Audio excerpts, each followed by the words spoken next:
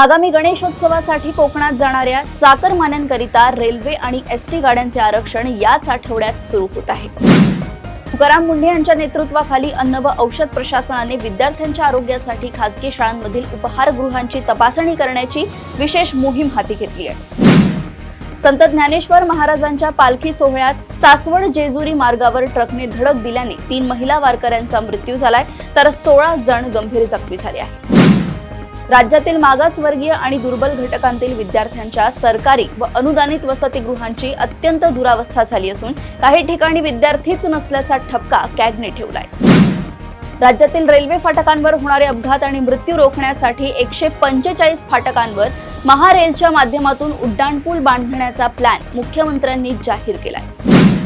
राज्यात 9,000हून अधिक शाळा एकाच शिक्षकाच्या भरवशावर सुरू असताना तब्बल 45,000 शिक्षकांना निवडणूक कामाला लावल्याने विद्यार्थ्यांच्या अध्यापनाचा बोजवारा उडाला आहे। केंद्रीय मंत्री रामदास आठवले यांनी मनसे अध्यक्ष राज ठाकरे यांना मुंबईची इमेज खराब न करता बाहेरून येणाऱ्या शिष्टमंडळांशी आणि उद्योगपतींशी हिंदीत बोलण्याचा सल्ला दिलाय। भिवंडीत एका इमारतीच्या दुसऱ्या मजल्यावर खेळत असताना लोखंडी खिडकीची जाळी निखळल्याने 2 लहान मुले जाळीसह खाली कोसळून गंभीर जखमी झाली आहेत। नागपूरच्या देवलापार परिसरात वाघ दिसल्याने जीव वाचवण्यासाठी पळताना पाय घसरून बंधाऱ्यात पडलेल्या 7 वर्षांच्या मुलाला वाचवण्याच्या प्रयत्नात वडिलांचाही बुडून मृत्यू झालाय। दक्षिण मुंबईच्या पायधुनी परिसरात 7 वर्षांच्या चिमुरडीवर अत्याचार करणाऱ्या नराधम वॉचमनला पोलिसांनी अटक केली असून या घटनेमुळे परिसरात तीव्र तणाव निर्माण झालाय।